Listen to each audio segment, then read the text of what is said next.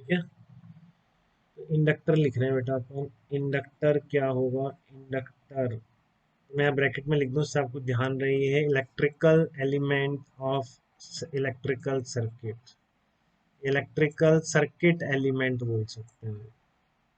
ठीक है, electrical circuit element वो है ये इंडक्टर। तो inductor is an electrical element like resistance and capacitor, and inductor is a wire in the form of coil. ये दोनों चीजें यहाँ लिख देता हूँ जिससे आपको हमेशा याद रहे। Inductor is an electrical element, circuit में जैसे आप कैपेसिटर लगाते हैं फिक्स वैल्यू का, ऐसे ही पर्टिकुलर हेनरी का इंडक्टर भी मार्केट में अवेलेबल है आपके लिए। तो inductor is an electrical element, इनको इलेक्ट्रिकल एलिमेंट बोलते हैं जो आप मार्केट से पर्टिकुलर वैल्यू के खरीद के इलेक्ट्रिकल सर्किट में लगा सकते हैं। Like electrical element like resistance and capacitor etcetera, resistance capacitor. ठीक है, इंडक्टर इज ए वायर, तो it is a wire in the form of coil, it is a wire in the form of coil. तो coil में बहुत सारे loop बन गए, in the form of A coil. ठीक है, सर्किट में भी अब जैसे आपको रेजिस्टेंस का रिप्रेजेंटेशन है, बैटरी का सर्किट में लगाना है तो रिप्रेजेंटेशन तो आना ही चाहिए, बिना उसके हम सर्किट में नहीं लगा सकते। सर्किट को हम रिप्रेजेंट करेंगे ना कॉपी पे, तो इसका भी एक सिंबल है, वो सिंबल देखिए क्या है। तो inductor is represented in circuit, inductor is represented in circuit by, इस तरह का सिंबल बनाएंगे हम ऐसे सर्किट में, इस तरह का लगा। ठीक है, जैसे मैं एक बैटरी और रेजिस्टेंस के साथ इंडक्टर लगा रहा हूँ तो आपको ऐसा मिलेगा, इसको एल आर सर्किट बोलेंगे। तो जैसे हमने आरसी सर्किट पढ़ा था, बिल्कुल उस तरह से यहाँ पे हम एल आर सर्किट में भी डील करेंगे, इसमें भी current as a function of time. तो अब ये बिल्कुल वैसा ही सिस्टम है, बेसिकली हम कर चुके हैं। मैं रेजिस्टेंस बैटरी के साथ लगाता तो था आपका एक inductor, L D I by D T लगाते थे बैटरी, तो वही तो बैटरी है और क्या, करंट चलाओगे तो बस आप इसमें ये फाइनाइट वैल्यू आ गई इस तरह का लूप लगाने से सर्किट। ठीक है, तो ये आपका इंडक्टर कहलाता है। तो इसकी जो सेल्फ इंडक्टेंस होती है, अब ये डिफाइन होती है बेटा पर्टिकुलर कॉइल की या लूप की, कैपिटल एल डिफाइन होती है। ठीक है ना, जैसे आपने सोलेनॉइड की निकाली कैपिटल एल, ऐसे ये पर्टिकुलर जो कॉइल है इसका भी इंडक्टेंस डिफाइन है। वही करंट की आप उसमें आई करंट चलाओगे तो इससे कितना फ्लक्स लिंक होगा, उसी तरह से निकाल के आपको गिवन होती है। तो यहाँ पे लिखा होता है कैपिटल आर और कैपिटल एल लिखते हैं इसकी इंडक्टेंस की वैल्यू। क्या लिखते हैं? Capital L. कैपिटल एल क्या कहलाती है? ये कहलाती है self inductance of the inductor, self inductance of inductor. तो ये वही है जो आपने इंडक्टेंस पढ़ी है, 5 = L। ठीक है, और रेजिस्टेंस हो गया, अगर आप मान लीजिए इसका इसका एक रेजिस्टेंस भी होता है इसके साथ, जैसे ये कॉइल है आपकी, ठीक है ना, तो इसको सर्किट में लगाना है तो ऐसे रिप्रेजेंट करते हैं इसको। तो कॉइल लगा देते हैं और इस तरह से साथ में अगर रेजिस्टेंस भी लगा देंगे, अगर इसमें रेजिस्टेंस भी होगा। ठीक है, अब ये करंट चल रहा है ना बेटा, कंडक्टर की तो बनी है तो रेजिस्टेंस भी होगा, तो इन दोनों को साथ में सीरीज में लगा देते हैं बेसिकली। ठीक है, अब इसका जो रेजिस्टेंस है अगर ये जीरो है तो वो जो इंडक्टर है that is called ideal inductor. ठीक है, आइडियल इंडक्टर का क्या मतलब है कि उसमें रेजिस्टेंस जीरो मान सकते हैं आप आइडियल इंडक्टर अगर दे दे। ठीक है, और नहीं दे, केवल सर्किट में कॉइल लगाए और इंडक्ट रेजिस्टेंस के बारे में बात ही नहीं कर रहा है, आइडियल भी नहीं लिख रहा है, तो फिर आप क्या मानेंगे? नहीं लेंगे उसको, आप तो एज आइडियल ट्रीट करके चलेंगे। जब उसने कॉइल का रेजिस्टेंस दिया ही नहीं तो आप कैसे ले लेंगे?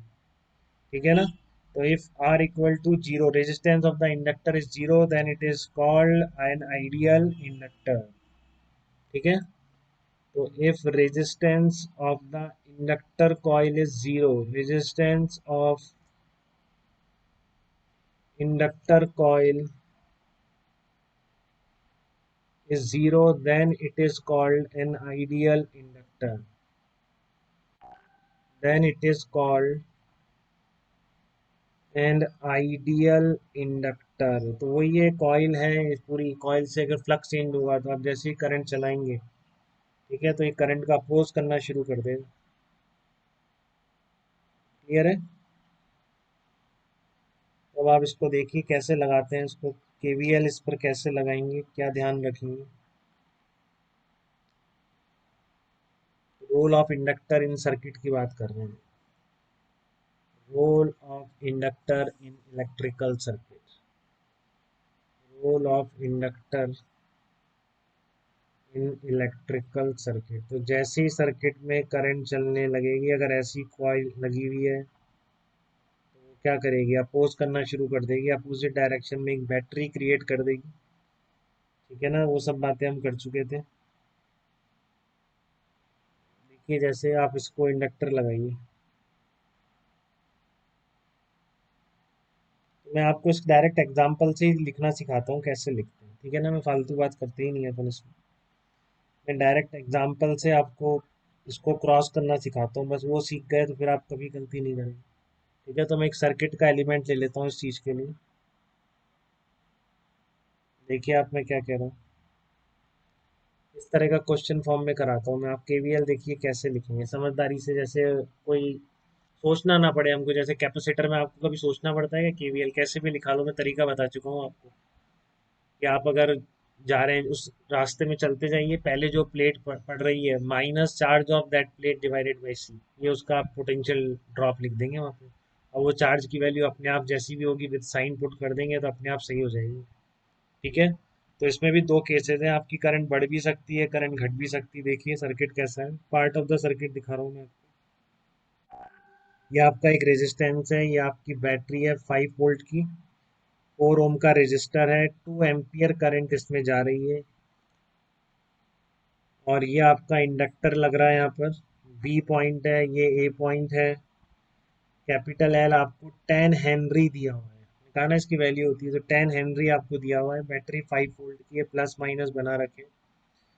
ठीक है, आपको क्या लिखना है, पोटेंशियल डिफरेंस लिखना है। और ये भी दिया हुआ है, current in the circuit is decreasing, current in the circuit